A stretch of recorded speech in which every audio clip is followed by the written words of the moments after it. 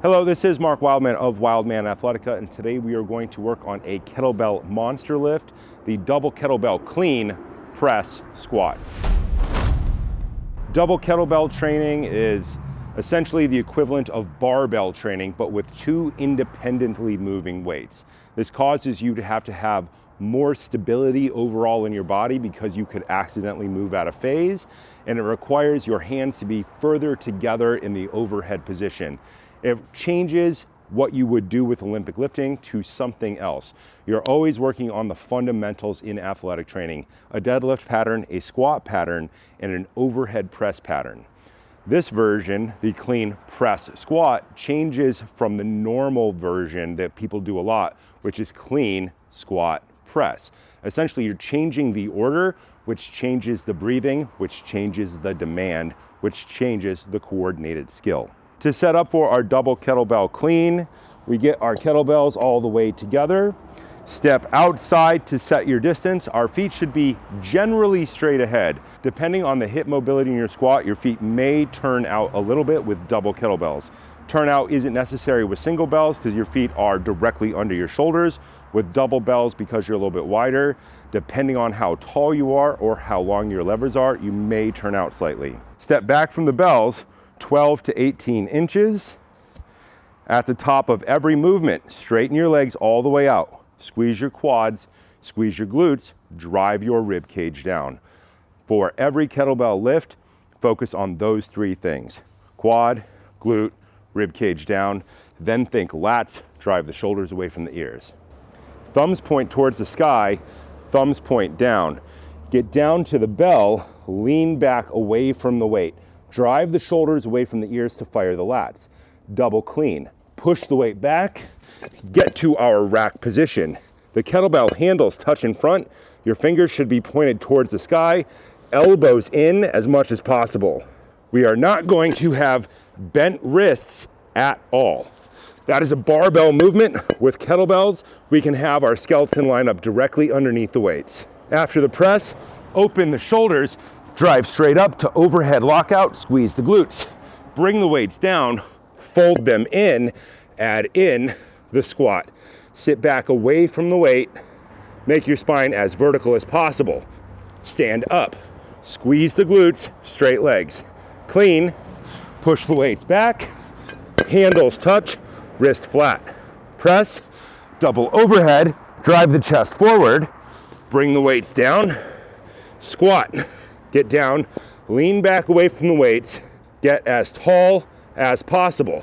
Stand up, squeeze the glutes to protect the back. Push the weights back, clean. Press, squat, stand. Clean, press, squat, stand. To put the weights down, push them back, set them down out in front without getting hurt. Oftentimes in the beginning with double kettlebells, people who come from barbell start too close to the bells. They start like it's a barbell. Can you do that? Yes. Is it as efficient as it could be with heavy weights? No. Step back. That 12 to 18 inches away from the bell, the taller you are, the further back you're going to go. When people load up for this clean, you will see heels come up and feet turn in, and people will roll their knees down and kind of in the way of the bell. The reason we like to think of as feet pointed straight ahead is A, when you walk, you should walk with your feet straight ahead unless you're a ballerina, at which point it is your sport to turn out.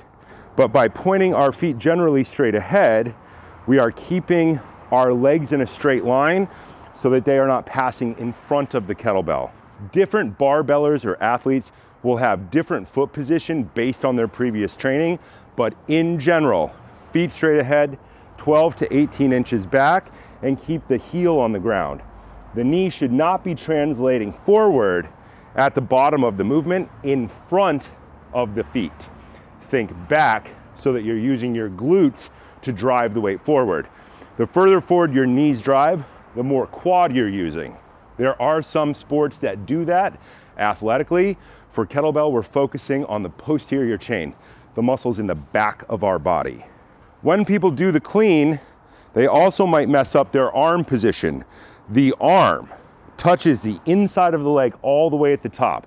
If the kettlebells are tracking down and your hands are passing below the line of your knee, consider that generally bad. The goal is to keep the weights close to your body and drive up with your elbows close to your body on the clean. When you catch with a flat wrist. No barbell wrists, not in this exercise. If you barbell wrist in the clean, you will barbell press and your elbow alignment will be wonky at the top. You will be less efficient than you could be. The goal is to have the pinky, wrist, elbow, and shoulder straight with the weights physically behind your body. The weights are not in front of our body, they are actually physically behind our body. Squeeze the glutes, drive the rib cage down. The alignment is different than a barbell back squat. In a barbell back squat, your hips will probably be higher. With a kettlebell squat, the goal is to get down and to make our spine as vertical as possible. Get down, lean back, away from the weights as far as you can. Make your spine more and more vertical. Kettlebell training works best if it progresses in a logical order. People do a swing program with one kettlebell and work on their endurance hip snap usually for 2 to 3 years. Think of that as a deadlift program analog with high reps in medium weight. People build essentially deadlifting endurance. Then they move to single arm clean and press so they can emphasize cross body stabilization. The stronger your abs are resisting rotation and creating stability, the better almost everything in your life tends to get. Then we work on get-ups. Then we work on a single kettlebell squat program, getting down, engaging the ground, standing all the way up. Then a snatch program where we work on really hardcore numbers and speed. After that, we can either go to kettlebell metcon, which is changing all your fundamental kettlebell movements in different orders and numbers, essentially forever, or we go to double kettlebell training, where we have twice as much weight as we would with a single kettlebell. At that point, it starts to turn into something like endurance Olympic lifting. But think of this as a hard gainer exercise. There is absolutely no way out of a double kettlebell press or a double kettlebell squat or a double kettlebell clean. Everybody can benefit from it. If you are lining up right, you start and you finish well, then it is impossible not to get the benefit from the exercise. Every exercise in double kettlebell is a core exercise.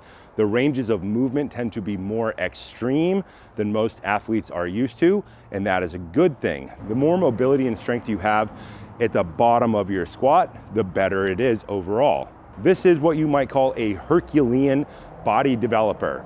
It is a deadlift, it is a clean, it is a squat, and it is an overhead press. Start with light weights, work on your technique, build up to heavy weights. If you get above double 32s with this exercise for any number over 10 reps, you are doing very, very, very well. The most important thing is technique and safety.